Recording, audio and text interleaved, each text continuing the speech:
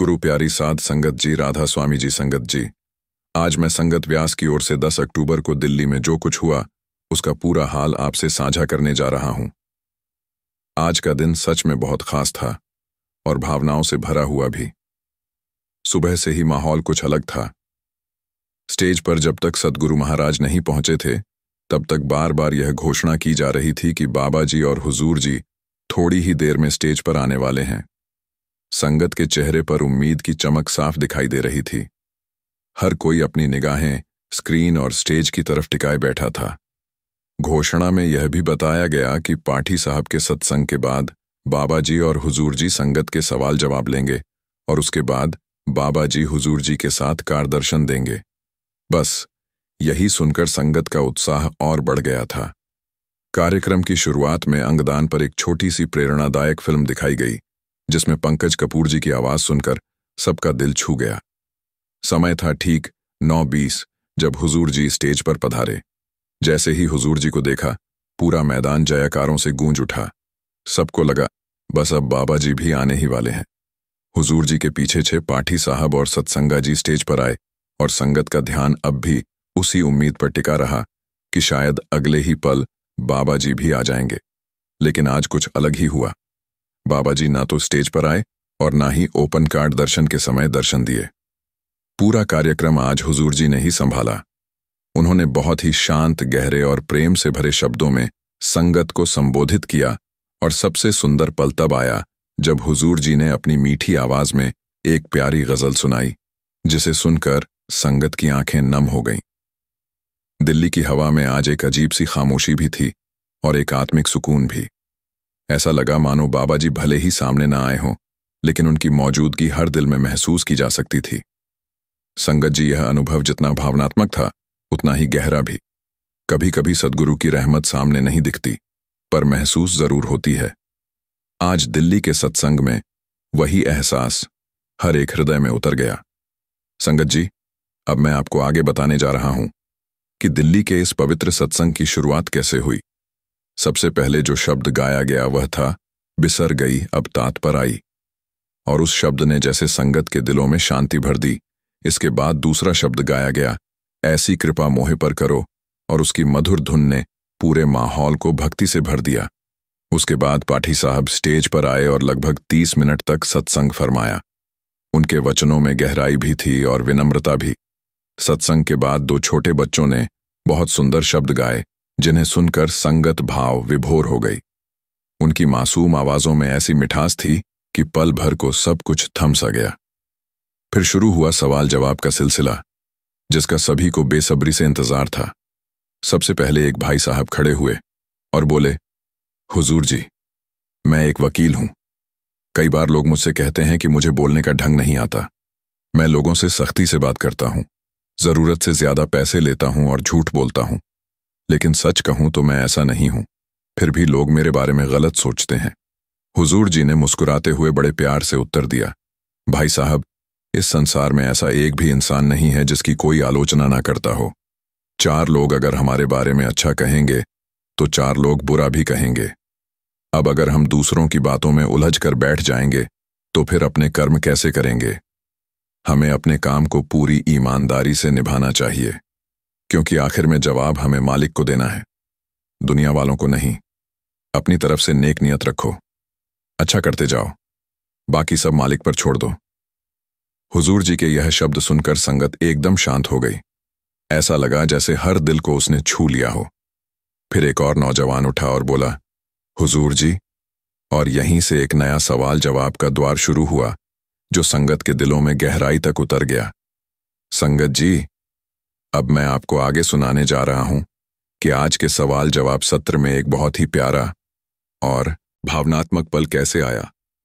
एक भाई साहब खड़े हुए और बोले, हुजूर जी, आपका बहुत बहुत शुक्रिया जो आपने 2026 के सत्संग कार्यक्रम में इंदौर और ब्यावरा दोनों सेंटर्स को शामिल किया।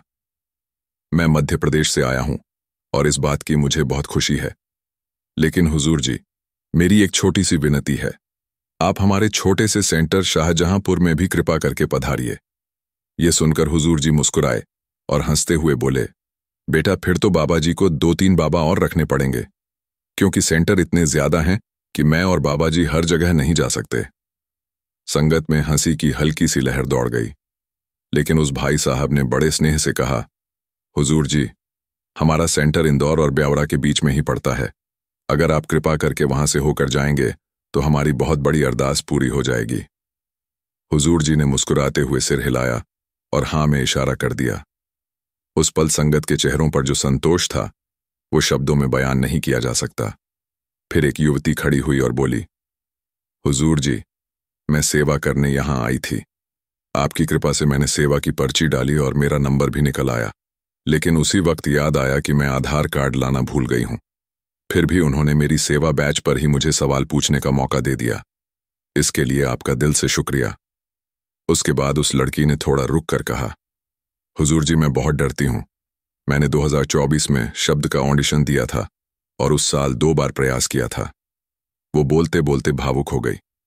माहौल में एक गहरी शांति छा गई। हर कोई महसूस कर रहा था कि यह सिर्फ सवाल जवाब नहीं, बल्कि रूह से रूह का संवाद चल रहा है।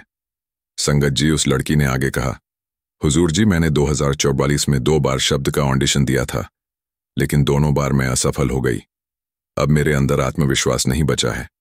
मुझे डर लगता है कि अगर अगली बार फिर कोशिश करूंगी तो शायद फिर से फेल हो जाऊं। हुजूर जी ने बहुत ही कोमलता और प्रेम भरे स्वर में समझाया, बेटा, अगर हम असफलता से डरने लगेंगे तो आगे कभी बढ़ ही नहीं पाएंगे। फेल होना कोई हार नहीं होती, बल्कि वह हमें अनुभव देती है। अगर हर बार हम पास ही होते रहेंगे तो अनुभव कैसे मिलेगा? कोशिश करते रहो, हर बार कुछ नया सीखोगी। मालिक तुम्हारे साथ है, उस पर भरोसा रखो। उनके यह शब्द सुनकर संगत में एक गहरी शांति छा गई। ऐसा लगा जैसे हर किसी के दिल में साहस की लौ जल गई हो। फिर उस लड़की ने भावुक होकर कहा, हुजूर जी, इसी डर की वजह से मेरा भजन सिमरन भी नहीं बन पाता। हुजूर जी ने मुस्कुराते हुए कहा, बेटा, किसने कहा कि मालिक से रिश्ता जोड़ने के लिए तुम्हें शब्द गाने जरूरी हैं? मालिक से नाता दिल से जुड़ता है, आवाज से नहीं। जो बीत गया उसे पीछे छोड़ दो, अब आगे की सोचो, आगे बढ़ो। संगत में बैठे कई लोग इन शब्दों को सुनकर भावुक हो गए। हर किसी के चेहरे पर एक नई समझ और सुकून झलकने लगा। थोड़ी देर बाद वही लड़की फिर बोली, हुजूर जी, मेरा दूसरा सवाल है। अगर सेवा करते हुए कोई हमसे बदतमीजी करे या बुरा बर्ताव करें तो हमें क्या करना चाहिए? हुजूर जी ने धैर्य से उत्तर दिया, बेटा, सेवा में हर किसी को एक दायरा दिया जाता है और हर सेवादार को उसी दायरे के अनुसार काम करना होता है। कई बार ऐसा होता है कि कोई इंसान अपनी ड्यूटी निभाते हुए थोड़ा सख्त हो जाता है, लेकिन हमें यह नहीं भूलना चाहिए कि वह अपनी जिम्मेदारी के अनुसार ही काम कर रहा है। हमें उसका दृष्टिकोण भी समझना चाहिए, न कि तुरंत प्रतिक्रिया देनी चाहिए। यह शब्द सुनकर माहौल में फिर वही सुकून और विनम्रता फैल गई। ऐसा लगा जैसे हर किसी ने अपने दिल में यह बात बिठा ली कि सेवा सिर्फ कर्म नहीं, बल्कि विनम्रता और समझ का अभ्यास भी है। संगत जी, उस लड़की ने आगे कहा, हुजूर जी, कई बार तो ऐसा लगता है कि वह हमारे साथ जानबूझकर बुरा बर्ताव कर रहे हैं। इस पर हुजूर जी ने बड़ी ही शांत और गहरी आवाज में समझाया, बेटा, सेवा हमेशा निष्काम होनी चाहिए। हमें दूसरों को परखने की कोशिश नहीं करनी चाहिए। कई बार हमें लगता है कि सामने वाला गलत है, लेकिन हो सकता है कि वह अपनी ड्यूटी निभा रहा हो। इसलिए सेवा में मन को नम्र रखना जरूरी है। लड़की ने फिर पूछा, हुजूर जी, लेकिन अगर कोई सच में गलत करे तो क्या हमें बिल्कुल भी जवाब नहीं देना चाहिए? हुजूर जी मुस्कुराए और बोले, देखो बेटा, अगर कोई सच में गलती करे तो तुम प्रेम से अपनी बात रख सकती हो, लेकिन अगर तुम भी उसी लहजे में जवाब दोगी तो बात सुधरेगी नहीं, बल्कि और बिगड़ जाएगी। अपनी बात को प्रेम से, शांति से समझाने की कोशिश करो। यही सेवा का असली भाव है। संगत में बैठे लोग सिर झुकाकर हुजूर जी के वचनों को मन में उतार रहे थे। फिर एक नौजवान खड़ा हुआ और उसने इंग्लिश में सवाल किया, जिसका हिंदी अनुवाद कुछ इस तरह था, हुजूर जी, आपका बहुत बहुत धन्यवाद। आपने मुझे एक बहुत अच्छा परिवार और बहुत प्यारे माता पिता दिए हैं। मैं उनके लिए कुछ अच्छा करना चाहता हूं, लेकिन फिलहाल मैं सिर्फ 17 साल का हूं। हुजूर जी ने मुस्कुराते हुए कहा, बेटा, तुम्हारी सोच बहुत सुंदर है, लेकिन हर चीज का एक सही समय होता है। अभी तुम्हारा काम है खुद को मजबूत बनाना, पढ़ाई पर ध्यान देना जब तुम अपने पैरों पर खड़े हो जाओगे तब तुम्हारे माता पिता को सबसे ज्यादा खुशी होगी।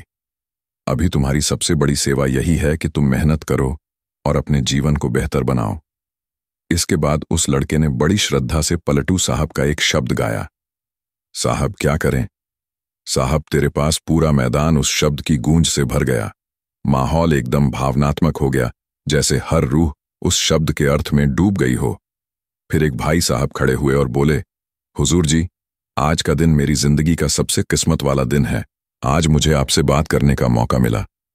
आपकी रहमत से मेरे पास सब कुछ है, लेकिन एक कमी है। मैं भजन सिमरन पर 10 मिनट से ज्यादा टिक नहीं पाता। हुजूर जी उनकी बात ध्यान से सुन रहे थे। माहौल में गहरी शांति थी और हर संगत यह महसूस कर रही थी कि आगे जो जवाब आएगा वह सीधे दिल को छूने वाला होगा।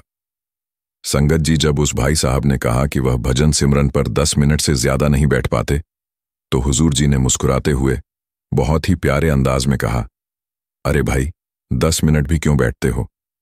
खुद को इतना कष्ट क्यों देते हो? यह सुनते ही पूरी संगत हंस पड़ी। माहौल में एक हल्की मुस्कान फैल गई। फिर हुजूर जी ने गंभीर लेकिन प्रेम भरे स्वर में समझाया, भाई साहब, दिन में 24 घंटे होते हैं। अगर हम उनमें से सिर्फ 2 घंटे भी अपने मालिक को नहीं दे सकते तो फिर क्या फायदा इस जीवन का?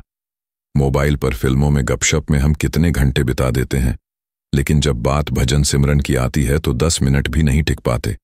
हुजूर जी ने आगे कहा, देखो, वैसे तो 2 घंटे भी बहुत कम है, लेकिन मालिक ने हम पर दया की है कि उसने हमें 2 घंटे का ही आदेश दिया है, ताकि हम अपनी आत्मा को उसके नाम में जोड़ सके।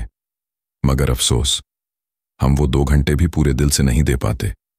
याद रखो, जब तन स्थिर होगा तभी मन स्थिर होगा। अगर शरीर स्थिर नहीं रहेगा तो मन कैसे टिकेगा? संगत पूरी तन्मयता से सुन रही थी। इसके बाद उस भाई ने बड़ी विनम्रता से हुजूर जी के सामने एक शब्द गाया, रब मेरा सदगुरु बन के आया, मेनू देख ले दो। पूरा पंडाल उस शब्द की मिठास में डूब गया। हर चेहरा भक्ति से चमक रहा था। फिर एक बहन खड़ी हुई और बोली, हुजूर जी, आपका बहुत बहुत शुक्रिया। मैं लंबे समय से कोशिश कर रही थी कि आपसे बात करने का मौका मिले और आज वो अरदास पूरी हो गई। उसने आगे कहा, हुजूर जी, जब मैं भजन पर बैठती हूं तो मेरे कानों में बहुत दर्द होता है। हुजूर जी ने शांत स्वर में समझाया, बेटा, भजन करते समय कानों या आंखों पर जोर नहीं डालना चाहिए। बस मन को एकाग्र करने की कोशिश करो। ध्यान को जबरदस्ती केंद्रित मत करो, बल्कि सहजता से मालिक की याद में टिकाओ। वो बहन बोली, हुजूर जी, दर्द बहुत तेज होता है। हुजूर जी ने मुस्कुराकर कहा, कभी कभी ऐसी रुकावटें आती हैं बेटा, लेकिन हमें घबराना नहीं चाहिए। अगर हम रखो, समय के साथ सब ठीक हो जाएगा। मालिक तुम्हारे भीतर है, उसी पर भरोसा रखो। हुजूर जी के इन शब्दों के साथ पूरा वातावरण एक अद्भुत शांति में डूब गया। ऐसा लगा जैसे हर आत्मा को भीतर से कोई कह रहा हो, ठहर जाओ, सब ठीक हो जाएगा। एक बार हुजूर जी के सत्संग में एक बहन ने सवाल किया। उसने कहा, हुजूर जी, ध्यान में बैठते समय मन बहुत भटकता है, क्या मैं आसन बदल सकती हूं? हुजूर जी मुस्कुराए और बोले, बिल्कुल, आप आसन बदलकर कोशिश कर सकती हैं। जिस तरह से शरीर सहज महसूस करें उसी तरह बैठो, पर मन को टिकाना जरूरी है। फिर एक भाई खड़ा हुआ और भावुक होकर बोला, हुजूर जी, आज मेरा जीवन का सबसे बड़ा दिन है, क्योंकि आज मैं आपको अपनी आंखों से लाइव देख पा रहा हूं। थोड़ा रुक कर उसने पूछा, हुजूर जी, लोग कहते हैं कि इस दुनिया में चमत्कार होते हैं। क्या सच में चमत्कार से किस्मत या डेस्टिनी बदली जा सकती है? हुजूर जी ने प्रेम भरे स्वर में जवाब दिया, बेटा, डेस्टिनी को कोई नहीं बदल सकता। जो लिखा गया है वो होकर ही रहता है। जहां तक चमत्कार की बात है, सोचो जरा, इस सृष्टि का बनना, 84 लाख चुनियों की रचना, क्या यह अपने आप में सबसे बड़ा चमत्कार नहीं है? इसके बाद एक नौजवान लड़का खड़ा हुआ और बोला, हुजूर जी, हमारे बुजुर्ग अक्सर कहते हैं कि यह दुनिया एक नाटक की तरह है। यहां हर कोई अपना रोल निभाने आता है और फिर एक दिन चला जाता है। लेकिन मालिक ने यह दुनिया बनाई ही क्यों? इसके पीछे क्या मकसद है? हुजूर जी ने बहुत ही सुंदर ढंग से समझाया, बेटा, हम शरीर को ही सच मान लेते हैं, जबकि असली सच हमारी आत्मा है। आत्मा परमात्मा का ही अंश है। मालिक ने हमें 84 लाख जूनियों में से यह श्रेष्ठ मानव शरीर इसलिए दिया है ताकि हम खुद की पहचान कर सकें। यह शरीर एक दिन मिट्टी में मिल जाएगा, लेकिन आत्मा अमर है। मालिक ने हमें यह मौका दिया है ताकि आत्मा का यह आना जाना समाप्त हो सके और वह अपने स्रोत, अपने मालिक में वापस मिल सके। इस बात को सुनकर पूरे हाल में एक अद्भुत शांति छा गई। हर कोई भीतर से महसूस कर रहा था कि सच में जीवन का उद्देश्य कुछ और ही है, आत्मा को पहचानना और मालिक की ओर लौट जाना। फिर हुजूर जी ने बहुत सुंदर ढंग से समझाया। बोले, बेटा, यह एक ऐसी अवस्था है जहां तक पहुंचने के लिए सिर्फ बातें नहीं बल्कि करनी पड़ती हैं। हम अक्सर मालिक की करनी पर सवाल उठाते हैं, लेकिन असल में हम अभी उस समझ या अवस्था तक पहुंचे ही नहीं हैं जहां से चीजों को साफ देखा जा सके। इसके बाद हुजूर जी ने एक उदाहरण देकर बात स्पष्ट की। बोले, जैसे अगर कोई बच्चा स्कूल जाए और मेहनत करने की बजाय यह पूछने लगे कि स्कूल बनाया ही क्यों गया, तो सोचो, सवाल ही गलत हो गया ना। पहले मेहनत करके देखो, फिर समझ आएगा कि मकसद क्या था। थोड़ी देर बाद एक बहन खड़ी हुई और बोली, हुजूर जी, जब भी मैं मंदिर जाती हूं, भगवान की मूर्ति के आगे पहुंचते ही मेरे मन में बहुत बुरे विचार आने लगते हैं। मेरा मन इतना अशांत हो जाता है कि कुछ ही सेकंड में मैं वहां से बाहर निकल आती हूं। मेरा हाल बहुत बुरा है, आप मुझ पर कृपा करो।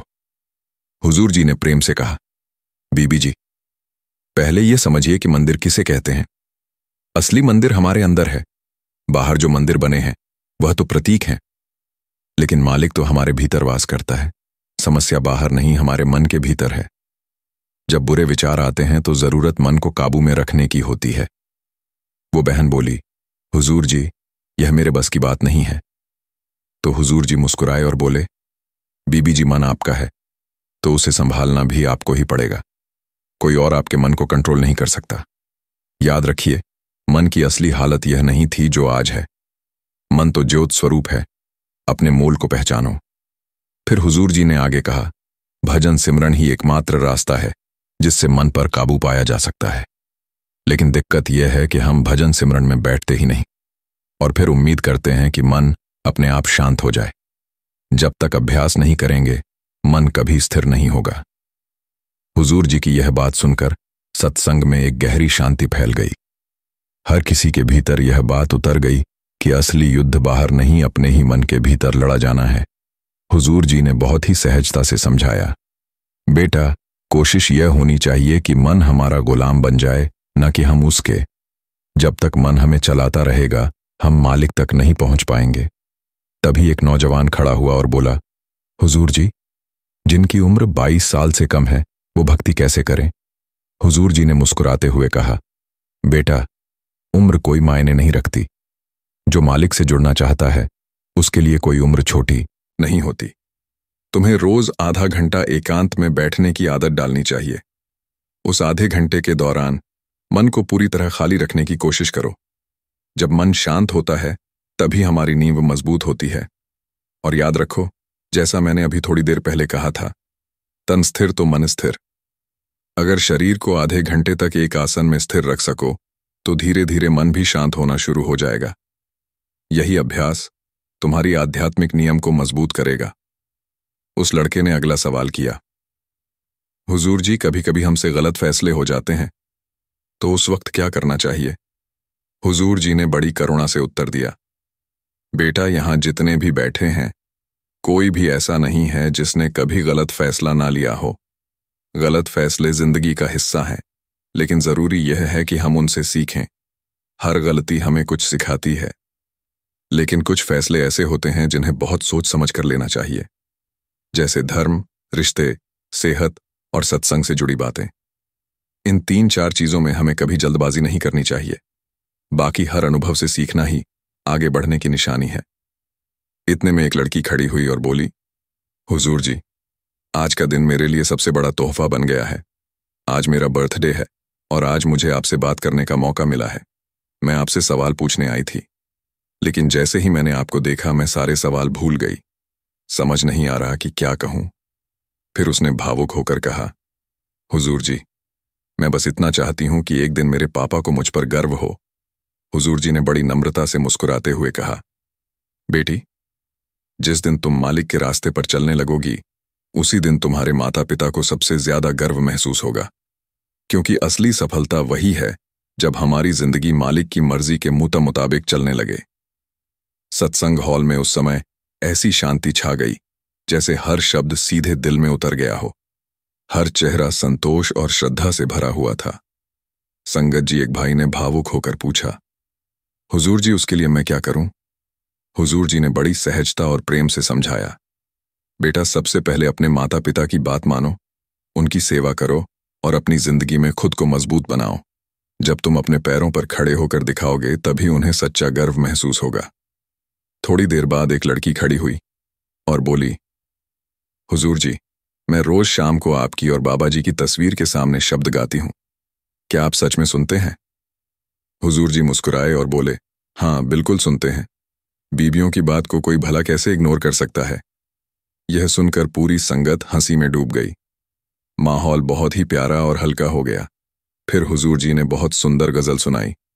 तुलसी कहे, सुन एक बारी यह राज बाकी है, जुदा रखना हिफाजत से इसे तुझको निशा खुशा दिया। थोड़ी देर बाद एक बीवी रोते हुए बोली, हुजूर जी, मुझे नहीं पता कि मैंने अपराध किया है या नहीं, लेकिन मुझसे एक बड़ी गलती हो गई।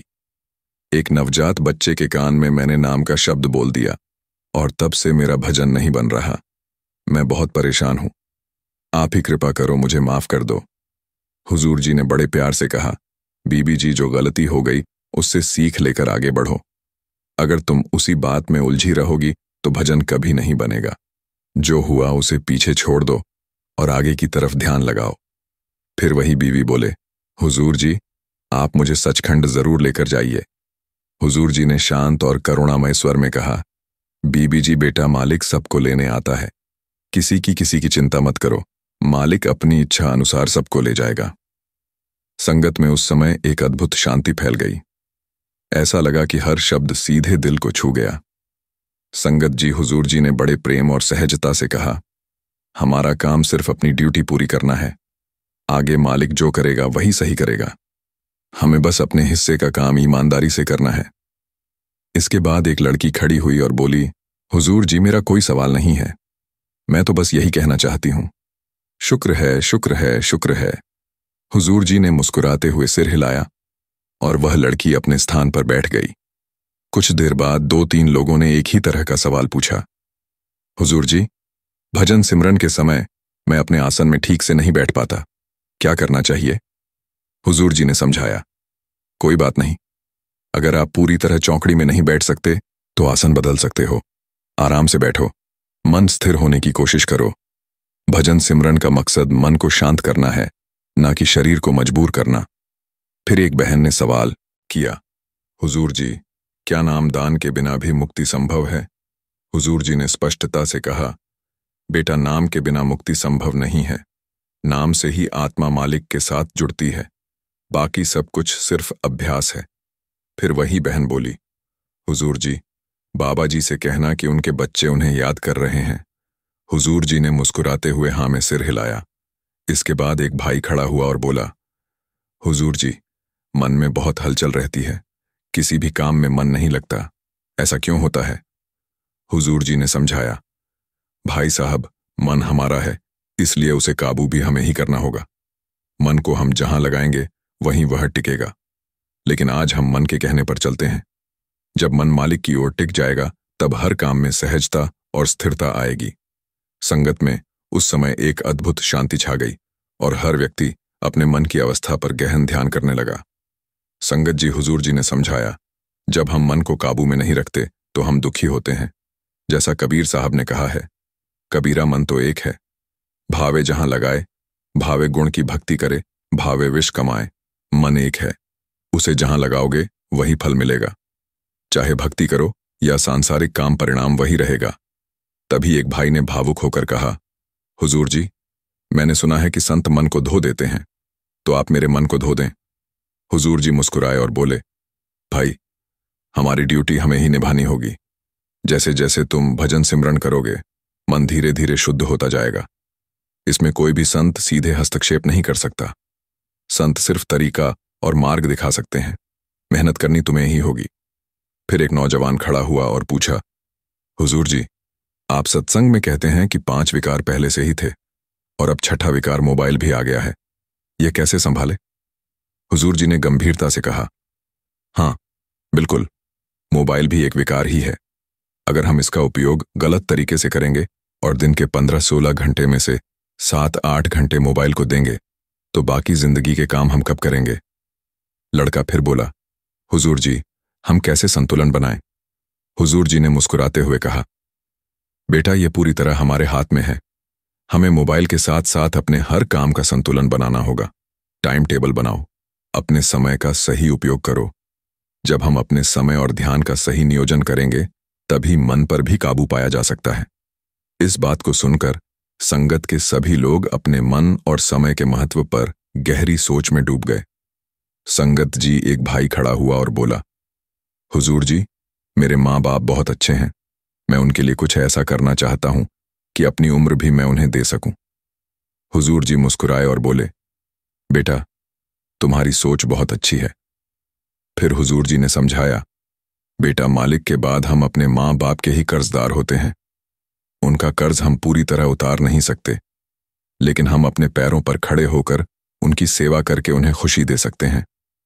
उन्हें हमसे ज्यादा कुछ चाहिए नहीं, बस यह कि उनके बच्चे हमेशा उनका साथ दें और उन्हें संतोष और खुशी दें। यही उनकी असली इच्छा है।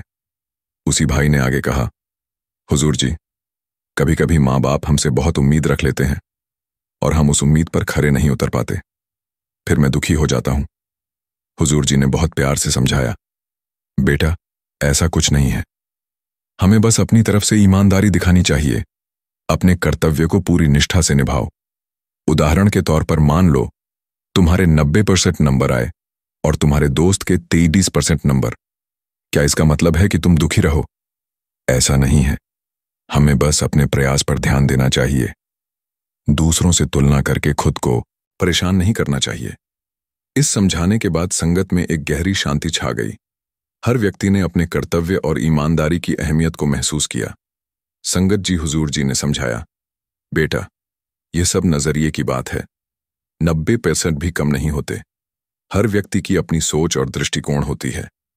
तभी एक भाई ने कहा, हुजूर जी, मेरा मन पढ़ाई में नहीं लगता। मैं फोकस नहीं कर पाता। हुजूर जी ने मुस्कुराते हुए मजाक में कहा, इंस्टाग्राम चलाते हो? भाई ने जवाब दिया, जी हां, चलाता हूं। हुजूर जी ने हंसते हुए कहा, तो फिर मन कहीं और से लग ही नहीं सकता। बेटा, हर चीज का अपना समय होता है। या तो आज इंस्टाग्राम चलाओ या पढ़ाई करके अपने भविष्य को कामयाब बनाओ। ये सब तुम्हारे हाथ में है। उसी भाई ने आगे कहा, हुजूर जी, स्कूल में मेरी टीचर बार बार कहती है कि तुझसे नहीं होगा, तू पढ़ाई छोड़ दे। इन बातों से मैं बहुत डिमोटिवेट हो जाता हूं। हुजूर जी ने प्रेम पूर्वक समझाया, बेटा, कभी कभी टीचर हमें इसलिए चेतावनी देते हैं ताकि हम पढ़ाई पर ध्यान दें और मेहनत करें। याद रखो, सब कुछ हमारा नजरिया होता है। अब हम टीचर की बात को किस नजरिए से देखते हैं, यह हमारे ऊपर निर्भर करता है। संगत जी, यह सारे सवाल जवाब आज दिल्ली के भाटी सेंटर में हुजूर जी ने संगत के साथ बड़े प्रेम और धैर्य से किए। कल शनिवार को भी बाबा जी और हुजूर जी दिल्ली भाटी में ओपन कार्ड दर्शन देंगे और संगत के साथ सवाल जवाब करेंगे। कमेंट में राधा स्वामी जरूर लिखें और अपने इस चैनल संगत ब्यासकी को सब्सक्राइब करना मत भूलें। गुरु प्यारी साध, संगत जी, राधा स्वामी जी।